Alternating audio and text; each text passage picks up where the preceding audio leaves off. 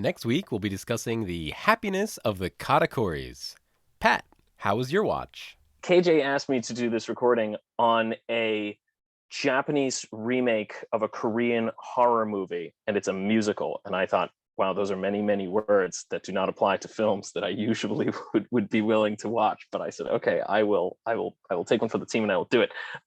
So that also meant that I cannot watch it. I figured I could not watch it when I had my kids with me during the day. So I got up at 4 o'clock in the morning to get up and watch this movie before the kids were awake. It is a it's a trip. It is definitely a trip, especially at 4 in the morning.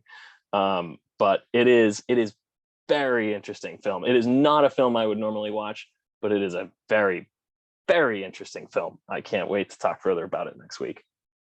Chris, what about you?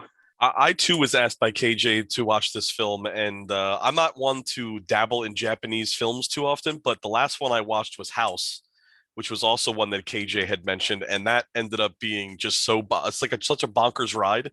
I had to watch this one too, and boy was I not let down with some of the stuff that was in this film because it was out of control, in a good way. I enjoyed it. I laughed out loud probably 3 or 4 times, which I don't know if I was supposed to, but I did.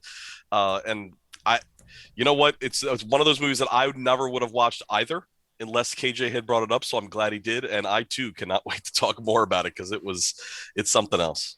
What about you, Tom? So I also learned about this movie from KJ very, very recently, probably within the last week.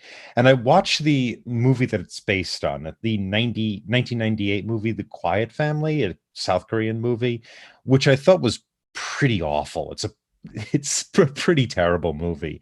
And I was not looking forward to watching this. And this movie is Citizen Kane compared to its original.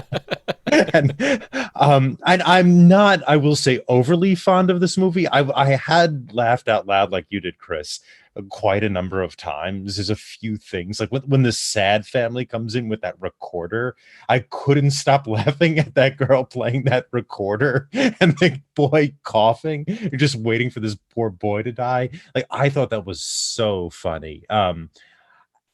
It's and it is very imaginative. What's interesting about it is like many of the musical numbers aren't that imaginative, despite the fact that the movie itself is kind of bonkers. The musical numbers they're actually, not only are they kind of lame in their lyrics, but they don't look like anything really.